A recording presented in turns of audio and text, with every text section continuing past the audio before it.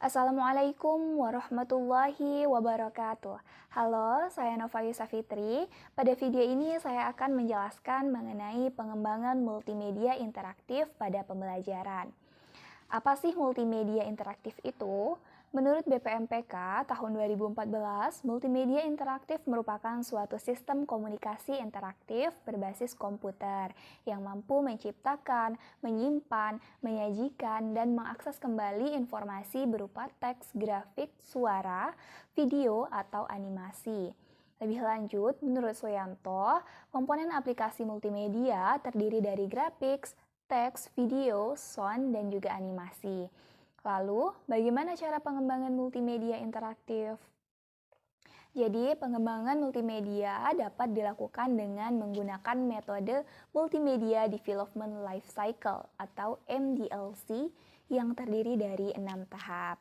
Tahapan pengembangan dalam Multimedia Development Life Cycle ini yaitu yang pertama konsep. Pada tahap ini merumuskan dasar-dasar dari proyek multimedia yang akan dibuat dan dikembangkan, terutama pada tujuan dan jenis proyek yang akan dibuat. Selanjutnya, yang kedua itu desain atau rancangan. Nah, tahap di mana pembuat atau pengembang proyek multimedia menjabarkan secara rinci apa yang akan dilakukan dan bagaimana proyek multimedia tersebut akan dibuat. Pembuatan naskah serta proses desain lain harus secara lengkap dilakukan pada tahap ini. Nah, pada tahap ini akan diketahui bagaimana hasil akhir dari proyek yang akan dikerjakan nantinya. Kemudian yang ketiga itu ada obtaining content material atau pengumpulan materi. Nah, tahap ini merupakan proses untuk pengumpulan segala sesuatu yang dibutuhkan dalam proyek mengenai materi yang akan disampaikan, kemudian file-file multimedia seperti audio, video, dan gambar yang akan dimasukkan dalam penyajian proyek multimedia tersebut. Kemudian yang selanjutnya itu yang keempat ada assembly atau penyusunan dan pembuatan. Waktunya proyek multimedia diproduksi pada tahap ini. Jadi materi-materi serta file-file multimedia yang sudah didapat dirangkai dan disusun sesuai dengan desain. Pada proses ini sangat dibutuhkan kemampuan dari ahli agar mendapatkan hasil yang baik. Nah, selanjutnya yang kelima yaitu testing atau uji coba.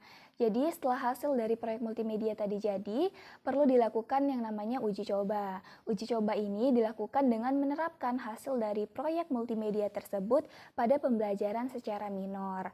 Nah, hal ini dimaksudkan agar apa yang telah dibuat sebelumnya memang tepat sesuai dengan tujuan, sebelum dapat diterapkan dalam pembelajaran secara massal. Kemudian yang keenam itu ada distribution atau menyebarluaskan. Nah, pada tahap ini yaitu tahap penggandaan dan penyebarluasan hasil kepada pengguna. Multimedia perlu dikemas dengan baik sesuai dengan media penyebar luasannya. Apakah nanti disebar melalui CD atau DVD atau melalui platform unduhan ataupun media-media yang lain. Nah, selain itu, Vaughan juga mengidentifikasi bahwa terdapat 6 tahap yang sesuai untuk pengembangan multimedia. Yang pertama, itu ada tahap analisis. Nah, dalam tahap ini dilakukan identifikasi perkiraan kebutuhan yang dihasilkan dari penelitian awal. Di samping itu, di tahap ini juga dilakukan analisis mengenai teknologi, macam multimedia, dan juga media yang digunakan. Kemudian yang kedua itu ada tahap pretesting. Nah, dalam tahap ini diidentifikasi kebutuhan skill untuk pengembangan model, membuat outline konten, serta membuat prototipe pada kertas.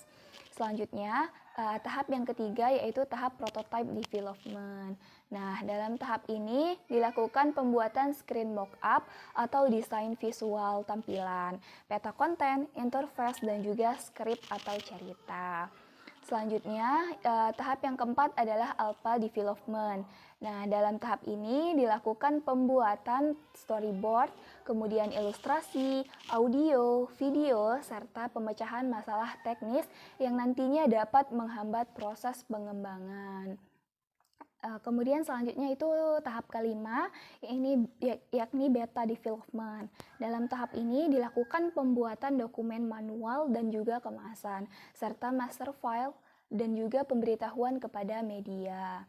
Tahap yang terakhir atau yang keenam yaitu delivery. Dalam tahap ini dilakukan penyiapan pendukung teknis, peluncuran produk, penggandaan produk, dan juga penyelesaian pembayaran kepada semua pihak yang berkait.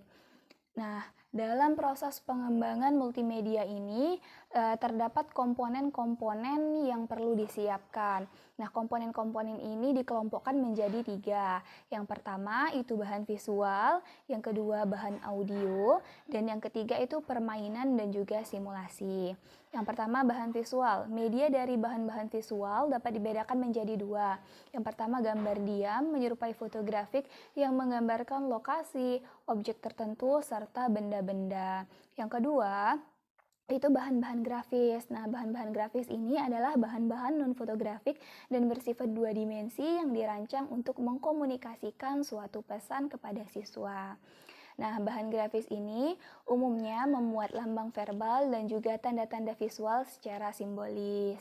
Selanjutnya, yang kedua, bahan audio.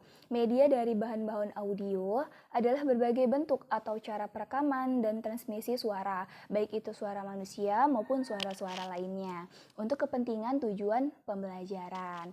Nah, yang ketiga itu ada permainan dan simulasi. Nah, media berbasis permainan atau game ini dicirikan dengan adanya suatu kegiatan di mana para pemain berusaha mencapai tujuan yang ditetapkan dengan mengikuti aturan-aturan yang dipersyaratkan. Sedangkan simulasi atau simulations adalah suatu abstraksi atau penyederhanaan beberapa situasi atau proses kehidupan yang sederhana. Jadi selain komponen-komponen tadi, terdapat juga prinsip pengembangan dan juga produksi dari multimedia ini.